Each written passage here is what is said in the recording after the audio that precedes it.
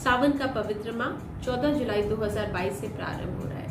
सावन का महीना शिव जी को समर्पित है। इस पूरे महीने शिव जी की पूजा अर्चना की जाती है, उनका ध्यान किया जाता है।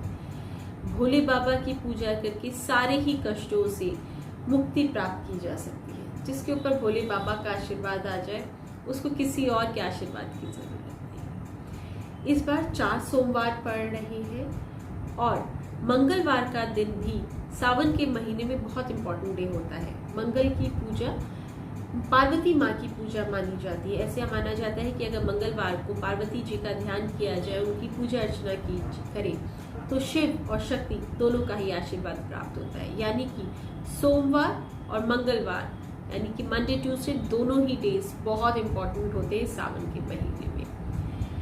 इस बार 4 मंगलवार पड़ रहे हैं और 4 सोमवार पड़ रहे हैं। इस पूरे महीने एक सबसे अच्छी खासियत हो रही है कि शनि वक्री होके मकर राशि में रहेंगे और बृहस्पति भी आने वाले टाइम में वक्री होके अपनी ही स्वराशि यानी कि मीन राशि में रहेंगे, जो कि एक अद्भुत संयोग बनाता हुआ दिखाई दे रहा है।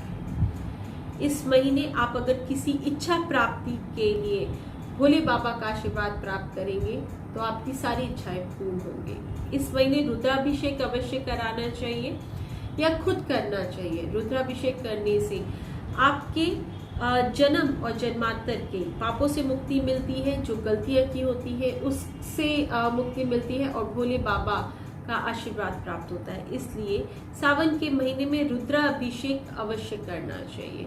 इस महीने शनि का वक्री रहना और बृहस्पति का वक्री रहना एक शुभ संयोग बना रहा है, क्योंकि जो शनि देव है वो न्यायाधीश है और बृहस्पति देव भी गुरुओं के गुरु है, गुरुदेव है। तो उनका वक्री होना भी एक तरीके का संयोग बना रहा है, जो कि कालांतर में अच्छे रिजल्ट्स देगा। तो इस महीने श्रद्धा और भक्ति के साथ शिव जी की आराधना और अर्चना कीजिए। मैं पंडित शिप्रा सदीप आपसे विदा लेती हूँ। ओम नमः शिवाय। शिव जी सदा सहाय। जय माता। गुरु पूर्णिमा पर हर कोई अपने गुरु की पूजा कर रहा है, तो वहीं आज किन्नर अखाड़े की महामंडलेश्वर कौशल्यानंद गिरी व महामंडलेश्वर कल्याणीनंद गिरी ने बहराना स्थित आश्रम में अपने गुरु की पूजा अर्चना की और साथ ही उनके पैर धोकर उनको फूल माला पहनाकर उनका आशीर्वाद प्राप्त किया। वहीं उसके बाद जहां किन्नर अखाड़े की महामंडलेश्वर कौशल्यानंद गिरी और कल्याणीनंद गिरी के चेलों ने उनके पैर को धोया और उनके पैर को धोकर गुरु पूर्णिमा पर कायदे से उनका पूजा अर्चना की। यहाँ पर उनके शिष्यों ने उनके पैरों को धोया। आश्रम में पैर में धोने के बाद उनके पैरों पर पुष्प लगाए और साथ ही विधि विधान के साथ अपने गुरु की पूजा अर्चना कर यहाँ पर शिष्यों ने उनका आशीर्वाद लिया। बता दें, जहाँ हर कोई अपने गुरु की पूजा करता है, मगर किन्नरों में गुरु पूर्णिमा का एक अलग ही महत्व होता है, क्योंकि उनके शिष्यों के लिए उनके गुरु ही सब कुछ होते हैं। क्योंकि उनके परिवार से अलग होने के बाद गुरु ही उनकी देख रेख करते हैं और गुरु ही परिवार होते हैं। इसलिए किन्नरों में गुरु का महत्व सबसे अलग होता है और अपने माता पिता के स्थान पर वो अपने गुरु को देखते हैं।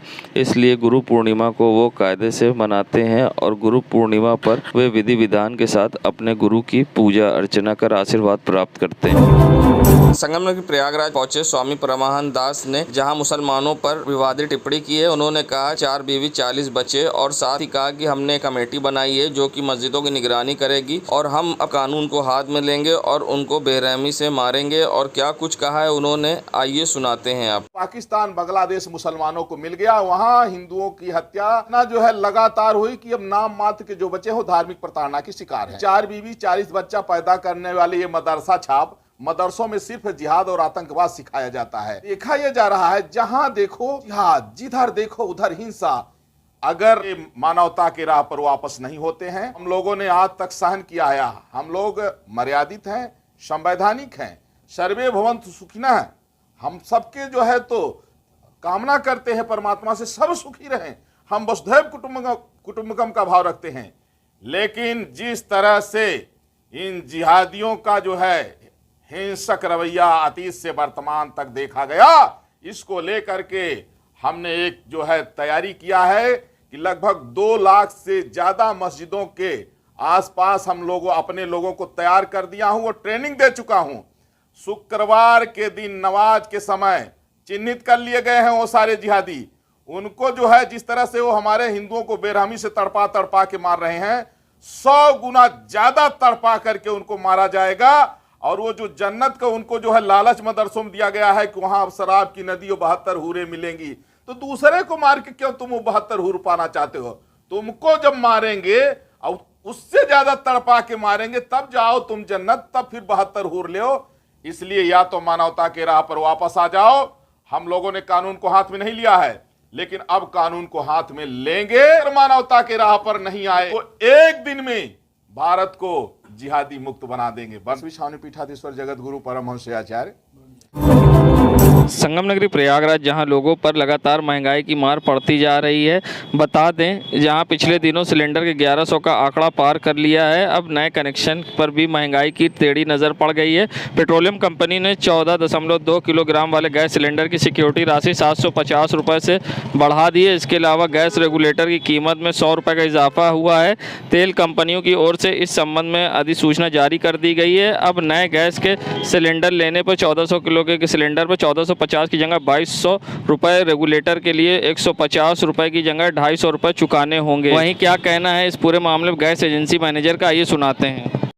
पहले तो एलपीजी गैस के सिलेंडर के कनेक्शन 1500 रुपये में लगभग हो जाते थे। वर्तमान में क्या रेट चल रहा है? वर्तमान में इस समय 49 रुपये में सिलेंडर मिल जा रहा है नया कनेक्शन। तो क्या इसके साथ आपका एक 990 रुपये वाला चूल्हा मिलेगा और एक 105 मीटर वाला पाइप मिलता है। 1.5 मीटर का एक पाइप है 190 रुपये का। तो क्या रेगुलेटर और पाइप के दाम भी बढ़े हैं? नहीं, रेगुलेटर का दाम बढ़ा है, पाइप का दाम नहीं बढ़ा है। तो गैस सिलेंडर के दाम भी बढ़े हैं क्या? हाँ, गैस सिलेंडर का सिक्योरिटी बढ़ा है। कितना? जो 1450 पहले था, अब वो 22 रुपये का हो गया है। एलपीजी पे दाम नहीं बढ़ा है 50? एलपीजी का दाम बढ़ा है 50 रुपये। तो इसके पहले 1 महीने पहले भी बढ़ा था, अब इसके बाद 15 दिन पहले भी बढ़ा है 50 रुपये। परिचय बता दें। मेरा नाम अभिषेक त्रिपाठी है, मैं अमरज्वाला गैस सर्विस का मैनेजर। नगरी प्रयागराज के नज़ारा है सिविल लाइन बस स्टैंड के पास का, जहां हनुमान मंदिर चौराहे पर एक तरफ ट्रैफिक पुलिस खड़ी है और दूसरी तरफ डग्गा मार वाहन संचालित हो रहे हैं, जहां सीएम योगी के आदेश को ठेंगा दिखाया जा रहा है। जहां सीएम योगी ने आदेश किया था कि छोटे बड़े कोई भी डग्गा मार वाहन संचालित नहीं होंगे, वहीं सिविल लाइन की सड़कों से डग्गा मार वाहन संचालित हो रहे हैं, जिससे लाखों रुपए का परिवहन विभाग को चूना लग रहा है। और आप देख सकते हैं हनुमान मंदिर के पास यहाँ डग्गा मार वाहन खड़े हैं और यहाँ पर चंद कदम की दूरी पर ट्रैफिक इंस्पेक्टर भी खड़े हैं, मगर यहाँ पर किसी तरह की कोई कार्रवाई नहीं हो रही है और खुलेआम संचालित हो रहा है डग्गा मार वाहन, जिससे परिवहन विभाग को लग रहा चूना परिवहन माफियाओं द्वारा यहाँ से संचालित किया जा रहा है डग्गा मार वाहन। कई जिलों के लिए यहाँ से संचालित होते हैं डग्गा मार वाहन, मगर इन पर ना ही सिविल लाइन पुलिस रोक लगाने में सक्षम है और ना ही यातायात पुलिस, जहाँ खुलेआम संचालित हो रहा है डग्गा मार वाहन और जिम्मेदारों की लापरवाही के कारण सीएम योगी के आदेश की हो रही अवहेलना। संगम नगरी प्रयागराज जहां पॉलीथीन पर पूरी तरह से प्रतिबंध नगर निगम द्वारा लगा दिया गया है और उत्तर प्रदेश सरकार इस पर अब सख्त है।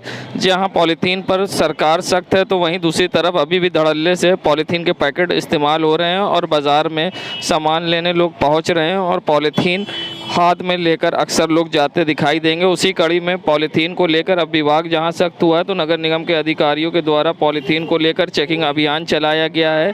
गंगापार क्षेत्र के फाफा मऊ में कई दुकानों पर नगर निगम ने आज पॉलीथीन को लेकर सख्ती करते हुए छापेमारी की है। वहीं अभियान चलाकर कई दुकानों का या नगर निगम ने चालान भी किया है। ऐसे में पॉलीथीन लोग अभी भी बाज़ार में इस्तेमाल कर रहे हैं और कहीं ना कहीं लोगों का ये भी कहना है कि पॉलीथीन पीछे से आना बंद हो जाए तो ये समस्या ख़त्म हो जाएगी, मगर अभी भी बाज़ार में धड़ल्ले से पॉलीथीन का पैकेट इस्तेमाल हो रहा है, जिसको लेकर अब नगर निगम सख्त है और लगातार चेकिंग करके चालान किया जा रहा है। संगम नगरी प्रयागराज जहाँ सैया भय कोतवाल तो डर किस बात का, ये कहावत यहाँ पर सटीक बैठती है। जी हाँ, ये नज़ारा है बैरियर चौराहे का, जहाँ पर नुरला रोड के बैरियर चौराहे पर आप देख सकते हैं मंत्री नंदी द्वारा यहाँ पर होर्डिंग्स लगवाई गई, जिसमें मंत्री नंदी और खुद महापौर अभिलाषा नंदी गुप्ता हैं। जहाँ पर ये साइन बोर्ड है सरकारी का, जिससे आने जाने वालों को रास्ता पता चलता है, मगर पुनर्जन्म प्राप्त दिवस के मौके पर मंत्री नंदी ने यहाँ पर लगवा दी गई होर्डिंग, जिससे कि अब आने जाने वाले को रास्ता भी नहीं पता चलता। अब लोगों को हो रही परेशानी, मगर जिम्मेदारों को इसकी परवाह नहीं। जहां कुछ दिन पहले नगर निगम द्वारा सभी साइन बोर्ड से सरकारी होर्डिंग हटवाई गई थी, मगर अब खुद जिम्मेदारों द्वारा यहां पर होर्डिंग चिपका दी गई है, पोस्टर, जिससे कि लोगों को समझ नहीं आ रहा आने जाने का रास्ता। ये सरकारी साइन बोर्ड है जिस पर आने जाने का मार्ग पता चलता है, क्योंकि करेली क्षेत्र में आने वाले लोगों को बाहर से इसी साइन बोर्ड से रास्ता पता चलता है, मगर अब यहाँ लगा है पोस्टर। संगम नगरी प्रयागराज, जहाँ दशाश्वमेध घाट से लोग जल भरते हैं और बनारस के लिए कांवरिया जाते हैं। बता दें, जहां कल से सावन का महीना शुरू हो रहा है, ऐसे में कांवड़ यात्रा शुरू हो जाएगी और लोग यहां से घाट से पानी भर के जाते हैं। मगर 2 साल से कोरोना में कोई आयोजन नहीं हो रहा था, मगर इस बार परमिशन तो मिल गई है लोगों को। मगर जिस तरह से रौनक होनी चाहिए उस तरह से रौनक बाज़ारों में नहीं है। लोग टी शर्टें तो भले ही खरीद रहे हो, मगर जिस तरह से उम्मीद होती थी कि यहाँ घाट पर लोग आते थे और पूजा पाठ के सामान और अन्य चीज़ कांवड़िए खरीदते थे, मगर दुकानों पर सन्नाटा पसरा हुआ है, जिससे दुकानदार परेशान है। दुकानदारों का कहना है कि जिस तरह से बिक्री होती थी उस तरह से अब बिक्री नहीं है और परेशानी का सामना करना पड़ा। घर चलाने में भी उनको परेशानी हो रही है। इक्का दुक्का लोग आते हैं, टी शर्ट तो ज़रूर खरीदते हैं, मगर अन्य सामान की बिक्री जैसे होती थी अब पहले जैसी नहीं रही है, जिससे परेशानी का उनको करना पड़ रहा सामना। दुकानदारों की माने तो जैसे पहले बिक्री हुआ करती थी, ना अब बिक्री है और ना ही लोगों की भीड़ जो है पहले से बहुत कम हो गया है और जो है चल रहा है, लेकिन यह कि दुकानदारी कुछ हो जाती है उससे जो है ये है कम दिखाई पड़ रहा है आजकल, और जो है सही चल रहा है। थोड़ा बहुत योगी मोदी, हाँ, घाट बगल में है, अब जल भरते हैं, आते हैं यहाँ पर और थोड़ा बहुत सामान बिक जाती है। जीता वायरस 2 साल होने की वजह से इस साल बिक्री में थोड़ी कमी आ गई है और लोग आ रहे हैं, लेकिन उतने उत्साहित होकर के नहीं आ रहे हैं, इसलिए कि अभी कोरोना काल के 2 साल चला है, उसके वजह से काफ़ी प्रभाव पड़ा है। लेकिन अब धीरे धीरे बाज़ार की रौनक बढ़ रही है। तो कितना सन्नाटा रहता है, कितनी परेशानी हो रही है? परेशानी इस समय यही है कि जो साफ़ सफाई तो बहुत अच्छा है योगी का, लेकिन इस समय यही चल रहा है कि दुकान वगैरह जो पीछे करवा दे रहे हैं, इससे हम लोगों को बहुत दिक्कत हो रही लगाने में। जी हाँ, महंगाई का तो असर आ ही रहा है। क्या नाम है? आनंद जायसवाल। नगरी प्रयागराज में, जहां inner wheel club of Allahabad mid town का वार्षिक फंड रेसिंग बाजार का महापौर अभिलाषा नंदी गुप्ता ने दीप प्रज्वलित कर फीता काट कर उद्घाटन किया है। बता दें, जहां आज inner wheel club of Allahabad mid town द्वारा एक होटल के अंदर बाज़ार का महापौर अभिलाषा नंदी गुप्ता ने फीता काट कर उद्घाटन किया है तथा आयोजक मौसम केसरवानी को अपनी शुभकामनाएं दी व ईश्वर से उज्जवल भविष्य की कामना भी की। बता दें, इस अवसर पर सचिव रचना सिंघानिया, संयोजक प्रीति अग्रवाल, मोनिका पोद्दार, मनीषा गुप्ता, माहिम अग्रवाल, मधु गुप्ता, पूनम गुलाटी, सारिका केसरवानी, सारिका अग्रवाल, पारुल अग्रवाल, सोनिया हांडा, नीता सिंह, आरती सक्सेना, दिव्या गुप्ता, निधि अग्रेरी लोग उपस्थित इस मौके पर रहे। संगम नगरी प्रयागराज, जहां बीते दिनों एलपीजी गैस के बढ़े दाम के बाद प्रयागराज की सड़कों पर बाय बाय पीएम मोदी की आपत्तिजनक पोस्टर लगाए गए थे, जिस पर कर्नलगंज पुलिस ने 5 लोग को गिरफ्तार भी किया था। वहीं कर्नलगंज पुलिस द्वारा 5 गिरफ्तार आरोपियों को मंगलवार को जिला न्यायालय में पेश किया गया, जहां इस दौरान इवेंट मैनेजमेंट कंपनी के संचालक अनिकेत केसरी व प्रिंटिंग प्रेस के मालिक अभय कुमार सिंह को जमानत मिल गई है, लेकिन ठेकेदार राजेश कुमार केसरवानी व 2 मजदूर शिव व धर्मेंद्र मुचलका नहीं भर सके। ऐसे में जमानत नहीं मिल पाने पर उन्हें जेल भेज दिया गया। उधर पुलिस इस पूरे मामले के मास्टरमाइंड तेलंगाना निवासी साई का पता लगाने में अब जुट गई है और पुलिस जल्द ही साई को भी गिरफ्तार करने का दावा कर रही है।